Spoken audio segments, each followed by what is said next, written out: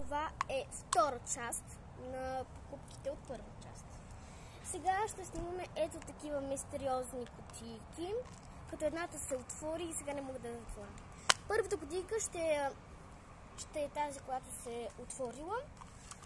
Тя е синя кукличка с шапка, има вал такъв, има поставчица. Рокличката е синя. Да, има поставчица, която е розова, шапка, синя коса, оранжеви очи.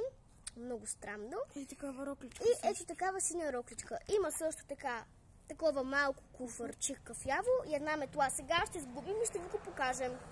Така, почвам. Така, сглобихме кукличката, обаче не можехме да сложим куфърчета и метлата, понеже много трудно се слага. Трябва да се махнат ръцете и това ще отнеме поне час. И е такава ни се получи. От близък кадър е така. Чакай, е така, като българите, така направи да се фокусира. Ето така. И също те имат символи на шапките. Например, тази е синя и има звездичка.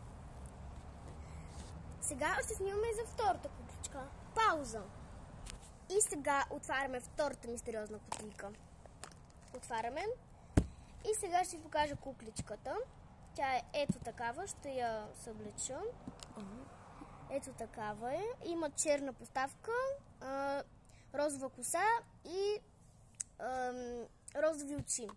Има устни и ето такова жълти дрежки. Сега трябва да сглобим. Пауза.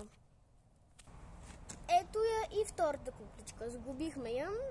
Ето така ще ви я покажа. Много яка. И нейният символ, тя има жълта шапка и нейният символ е луна. Звезда и луна. Много логично. И тя има куфърче, което много трудно се слага, и една метличка като предната кукла. И сега, ако искате за трета част, абонирайте се, поставете палец нагоре и довиждане!